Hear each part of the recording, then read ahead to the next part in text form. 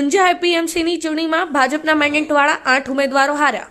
ઊંઝા એપીએમસીની ચૂંટણીને લઈને એપીએમસી સંકુલ ખાતે મતગણતરી યોજાઈ હતી, જેમાં મતગણતરી દરમિયાન પૂર્વ ચેરમેન દિનેશભાઈ પટેલની પેનલની ખેડૂત વિભાગમાં જીત થઈ।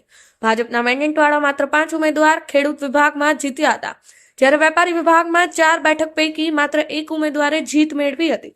ઊંઝા એપીએમસીની ચૂંટણીમાં અપક્ષોનો દબદબો યથાવત રહ્યો હતો। ઊંઝા એપીએમસીની ચૂંટણીને લઈને સવારે 9 કલાકે મતગણતરી હાથ ધરાઈ હતી, જ્યાં પ્રથમ ખેડૂત વિભાગની મતગણતરી શરૂ થઈ હતી, જ્યાં 10 રાઉન્ડ પૂર્વ ચેરમેન દિનેશભાઈ પટેલની પેનલ આગળ જોવા મળી હતી। છેલ્લા રાઉન્ડમાં ભાજપે આપેલ 10 મેન્ડેટ પૈકી માત્ર 5 ઉમેદવારોનો વિજય થયો હતો, જ્યારે 5 ભાજપના અને 5 અપક્ષો મળી 10 ઉમેદવારો પૂર્વ ચેરમેન દિનેશભાઈ પટેલની પેનલની જીત થઈ હતી। ઊંઝા એપીએમસીની ચૂંટણીમાં વેપારી વિભાગની 4 બેઠકો માટે 16 ઉમેદવારો મેદાને હતા, જ્યાં પરિણામ શરૂઆતથી જ 3 અપક્ષ ઉમેદવાર અને 1 ભાજપ ઉમેદવાર આગળ ચાલતા હતા। છેલ્લા 32 વર્ષમાં રાઉન્ડના અંતે અપક્ષના 3 ઉમેદવાર અને ભાજપ મેન્ડેટ આપેલ 4 ઉમેદવાર પૈકી એકમાત્ર ઉમેદવારનો વિજય બન્યા હતા। કમલેશ પટેલ, પાટણ એક્સપ્રેસ, બોલો સાહેબ, શું કહેવાય? આ જીત મારી એ મારા વેપારીઓની જીત છે। સદાય માટે હું વેપારીઓના પ્રશ્નો માટે ઉભો રહ્યો હતો અને કાયમ માટે કોઈ બી પ્રશ્ન હશે તો વેપારીઓના પડખે રહેવા માટે હું ઉમેદવારી કરી હતી અને કાયમ માટે જે લાયસન્સદાર વેપારીઓ બધા છે એમના પડખે રહીશ।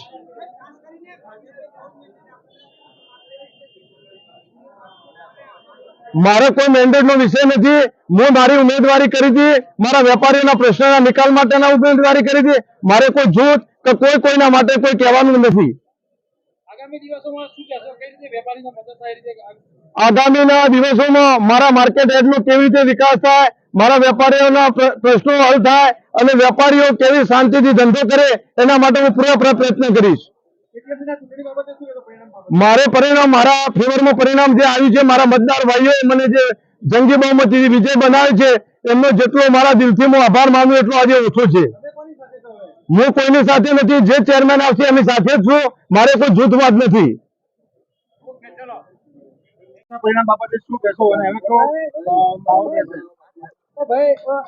આજે ઊંઝા એપીએમસી નિયામક મંડળની ચૂંટણી એનું પરિણામ હતું। 10 ખેડૂત પ્રતિનિધિ અને 4 વેપારી પ્રતિનિધિના ચુનાવના આજે જે પરિણામ આવ્યા છે એ જોઈએ તો કહેવાય કે ઊંઝામાં ઓવરઓલ ઊંઝા એ ભાજપનો ગઢ છે। વર્ષોથી અહીંના તમામ લોકોની વિચારસરણી ભાજપ તરફી રહેલી છે। લોકશાહી છે, ચુનાવમાં લોકોએ કેટલાક બધાને મહત્વાકાંક્ષા હોય, મેન્ડેટ માગ્યો હોય, ન મળ્યો હોય, અને જેને મેન્ડેટ મળ્યું છે એમાં પણ ક્યાંય કોઈ જીત્યું હોય કે કોઈની હાર થઈ હોય, પણ હાલ જે માહોલ છે એ ખૂબ જ સુમેળભર્યો અને સૌહાર્દપૂર્ણ વાતાવરણ છે। ઊંઝાના વેપારી મિત્રો એમની એક ખાસિયત રહી છે કે ગમે તે કોઈ પણ પરિસ્થિતિ હોય બધા સાથે બેસી અને નિર્ણય કરતા હોય છે। બધા ભાજપ સમર્પિત છે અને આજે જીત્યો હોય અગર હાર્યો હોય કાલે બધા ભેગા બેસી અને અહીંયા આગળ ચા પીતા હોય છે। અને આજે પણ અત્યારે હાલ આપ બધા જોઈ રહ્યા છો એ મુજબ માહોલ એ છે। અને જે ટીમ જીતીને આવી છે એ પણ ભાજપને સમર્પિત છે। કેવી રીતે આ બજારનો ઉત્તરોત્તર વિકાસ થાય એ જ બધાનો આશય રહેલો છે। માટે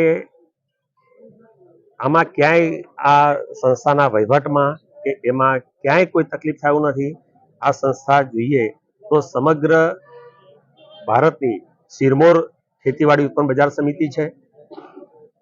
અહીંયા આગળ રાજસ્થાન, સમગ્ર ગુજરાત, દૂર દૂરથી ખેડૂતો અને વેપારીઓ અહીંયા પોતાનો માલ વેચવા આવતા હોય છે।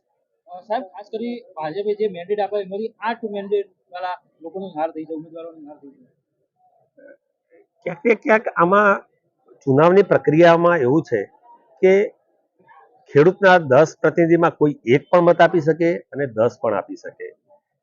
વેપારીમાં પણ 4 માંથી 1 પણ આપી શકે અને 4 પણ આપી શકે। એટલે ક્યાંય ને ક્યાંય લોકો પોતાના રિલેશન, ઊંઝા એક નાનું ગામ જેવું ટાઉન છે, એટલે એમાં ક્યાંક પર્સનલ રિલેશનના એના લીધે પણ રિઝલ્ટમાં ઉલટફેર થતી હોય, પણ જે આવ્યા છે બધા ભાજપ સમર્પિત છે અને પાર્ટી તરફથી જે પણ સૂચના કે માર્ગદર્શન હશે એ મુજબ જ અહીંયા આગળ સરકાર મેનેજમેન્ટ બોડી બનવાની છે। ચેરમેન આગામી દિવસો શું લાગે છે? કે પાર્ટીના મોવડીઓ કે મોવડી મંડળ તરફથી જે સૂચના હશે એ મુજબ અહીંયા આગળ બનશે. મેં જોયું છે કે છેલ્લા 5 વર્ષની અંદર જ્યારે ગત ટર્મમાં મેં ચાર્જ સંભાળ્યો ત્યારે અહીંનું જે ભંડોળ હતું એ ભંડોળ 5 વર્ષમાં ડબલ થયું છે. અહીંયા આગળ 5 વર્ષ પહેલા જે આવક હતી એ આવક પણ આજે ડબલ થઈ છે. અહીંનું એક્સપોર્ટ, ડાયરેક્ટ એક્સપોર્ટ 3500 કરોડ આજુબાજુ હતો એ આ 5 વર્ષમાં વધીને આજે 10,000 કરોડ જેટલું એક્સપોર્ટ છે અને એટલું ને એટલું જ ડોમેસ્ટિક માર્કેટ છે. ઊંઝા એ દિવસે દિવસે એનો વિકાસ થતો જાય છે અને એક ઇન્ટરનેશનલ ટ્રેડ હબ બનતું જાય છે. જોઈએ તો સમગ્ર ભારતનો જે પણ મસાલાનો બિઝનેસ છે એનું 25% સ્ટેક ઊંઝાથી થાય છે. માટે ઊંઝાનું ઇમ્પોર્ટન્સ પણ એટલું છે અને આ બજારની આન બાન શાન જળવાઈ રહે અને વધુમાં વધુ એનો વિકાસ થાય, ખેડૂતોને સારા લાભ મળે. સરકાર પણ ખેડૂત માટે બહુ જ હકારાત્મક છે અને એનો સીધો લાભ આ મંડી થ્રુ ખેડૂતોને મળે એવો અમારો અભિગમ રહેશે.